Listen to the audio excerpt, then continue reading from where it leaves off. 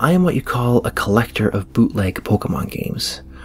Pokemon Diamond and Jade, Chaos Black, etc. It's amazing the frequency with which you find them at pawn shops, Goodwill, flea markets, and such.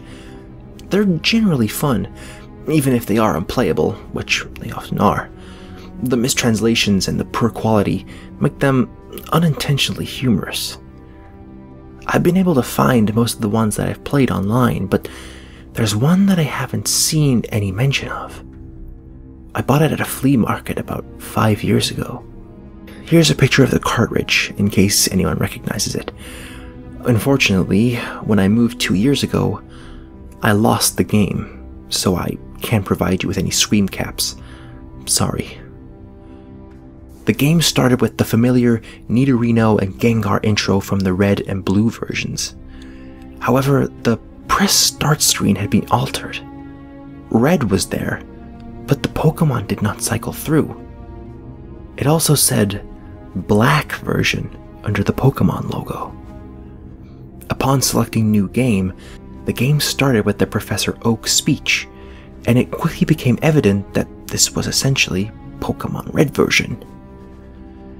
If you looked at your starter Pokemon, you had an addition to Bulbasaur, Charmander, or Squirtle, another Pokemon. Ghost. The Pokemon was level 1. It was the sprite of the ghosts that were encountered in Lavender Town before obtaining the Slithscope. It had one attack, Curse. I know that there's a real move named Curse, but the attack did not exist in Generation 1, so it appears it was hacked in. Defending Pokemon were unable to attack Ghost. It would only say that they were too scared to move. When the move Curse was used in battle, the screen would cut to black. The cry of the defending Pokemon would be heard, but it was distorted, played at a much lower pitch than normal. The battle screen would then reappear, and the defending Pokemon would be gone. If used in a battle against a trainer, when the Pokeballs representing their Pokemon would appear in the corner, they would have one fewer Pokeball. The implication was that the Pokemon had died. What's even stranger is that after defeating a trainer and seeing Red receive $200 for winning, the battle commands would appear again. If you selected Run, the battle would end as it normally does. You could also select Curse. If you did, upon returning to the overworld, the trainer's sprite would be gone.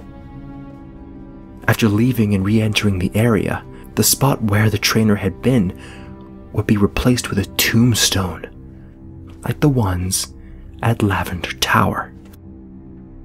The move Curse was not usable in all instances. It would fail against ghost Pokemon. It would also fail if it was used against trainers that you had to face again, such as your rival or Giovanni. It was usable in your final battle against them, however.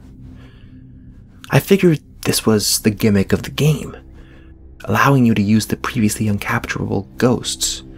And because Curse made the game so easy, I essentially used it throughout the whole adventure. The game changed quite a bit after defeating the Elite Four. After viewing the Hall of Fame, which consisted of Ghost and a couple of Pokemon I used for HMs, the screen cut to black. A box appeared with the words, "Many years later, ... It then cut to Lavender Town. An old man was standing, looking at tombstones. You then realize this man was your character. The man moved at only half of your normal walking speed. You no longer had any Pokemon with you, not even Ghost, who up until this point had been impossible to move from your party through depositing to the PC. The overworld was entirely empty. There were no people at all.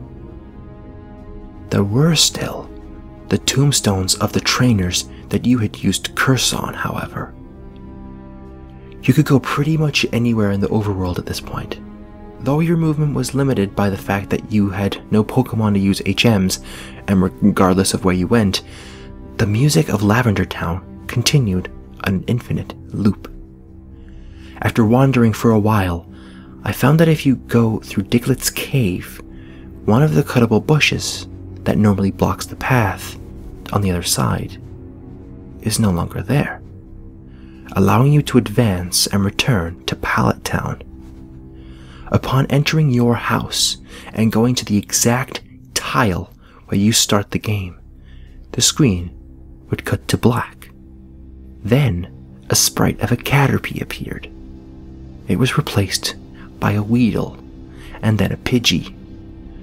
I soon realized, as the Pokemon progressed from Rattata to Blastoise, that these were all the Pokemon that I had used Curse on. After the end of my rival's team, a youngster appeared, and then a bug catcher. These were the trainers I had cursed. Throughout the sequence, the Lavender Town music was playing, but it was slowly decreasing in pitch. By the time your rival appeared on screen, it was little more than a demonic rumble.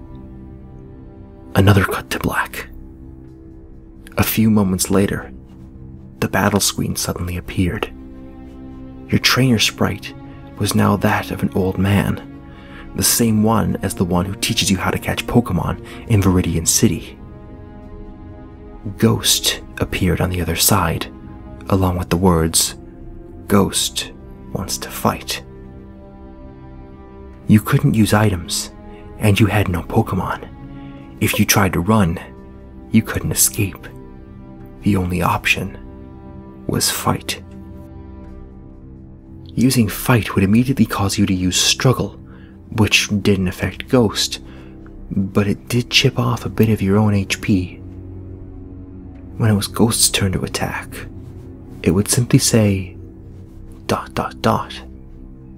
Eventually, when your HP reached a critical point, Ghost would finally use Curse. The screen cut to black a final time. Regardless of the buttons you pressed, you were permanently stuck in this black screen. At this point, the only thing you could do was turn the Game Boy off. When you played again, New Game was the only option. The game had erased the file.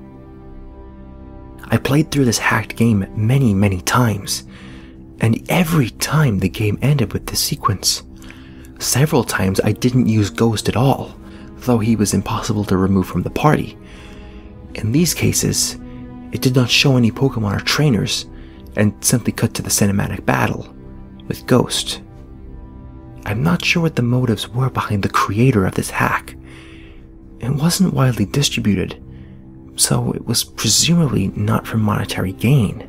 It was a very well done bootleg. It seems he was trying to convey a message, though it seems I am the sole receiver of this message. I'm not entirely sure what it was. The inevitability of death? The pointlessness of it? Perhaps he was simply trying to morbidly inject death and darkness into a children's game. Regardless, this children's game has made me think, and it has made me cry.